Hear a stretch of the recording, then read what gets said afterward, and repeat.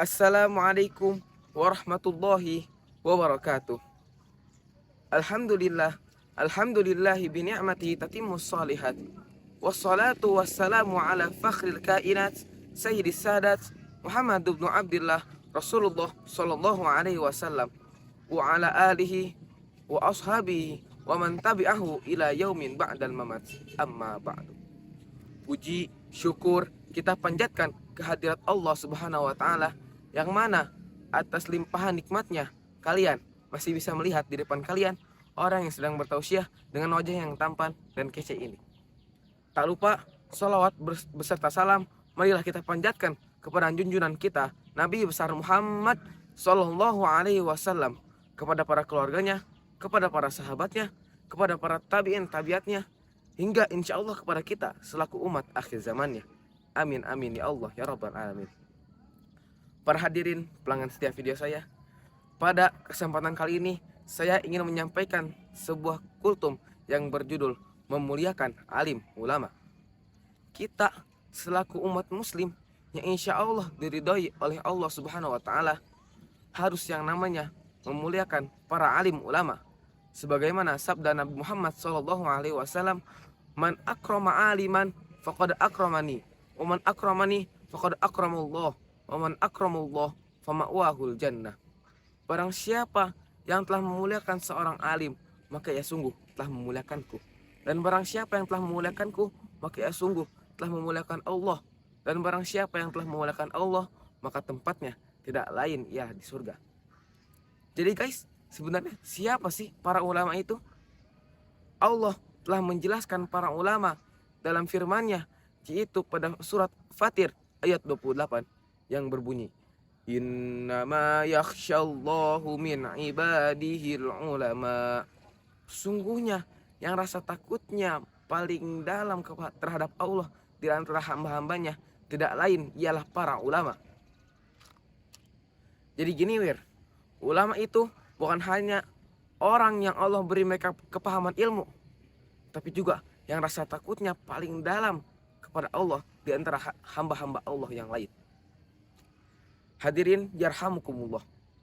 Di antara beberapa cara memuliakan ulama, ada 4 cara yang paling utama.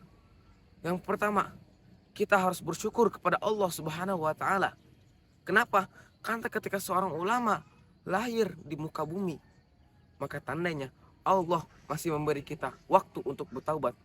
Sebaliknya, ketika seorang ulama Allah wafatkan, maka tandanya ialah kiamat sudah semakin dekat. Sebagaimana sabda Nabi Muhammad sallallahu alaihi wasallam, di antara ciri-ciri kiamat ialah diwafatkannya para ulama. Yang kedua, yaitu kita harus menaati ulama dalam kebaikan. Allah Subhanahu wa taala berfirman pada surah An-Nisa ayat 59 yang berbunyi, "Ya ayyuhalladzina amanu athi'ullaha wa athi'ur rasula wa ulil amri minkum."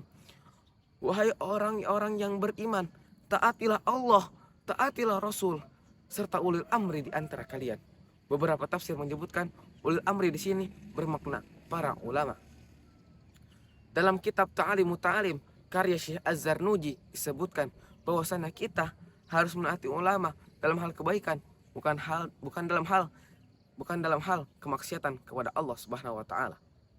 Yang ketiga, yaitu kita harus mengikuti bimbingan para ulama.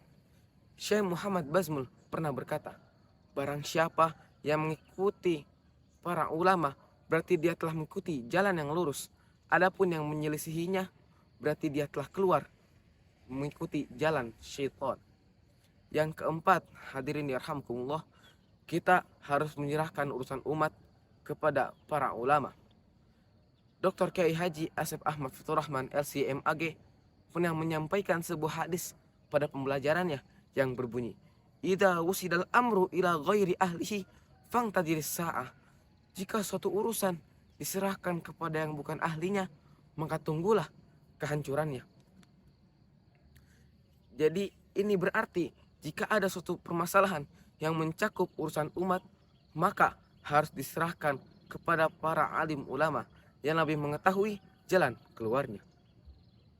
Mungkin Cukup sekian kultum saya pada pagi hari ini. Mohon maaf bila ada salah kata maupun salah makna. Tetangga baru namanya Maman, punya anak namanya si Dadan. Mohon maaf bila ada kesalahan, bila ada lebihnya tak usah dikembalikan. Syukron ala ihtimamikum jami'an.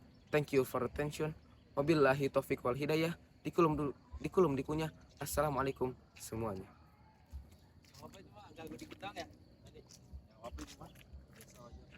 Bagus sih. Wah,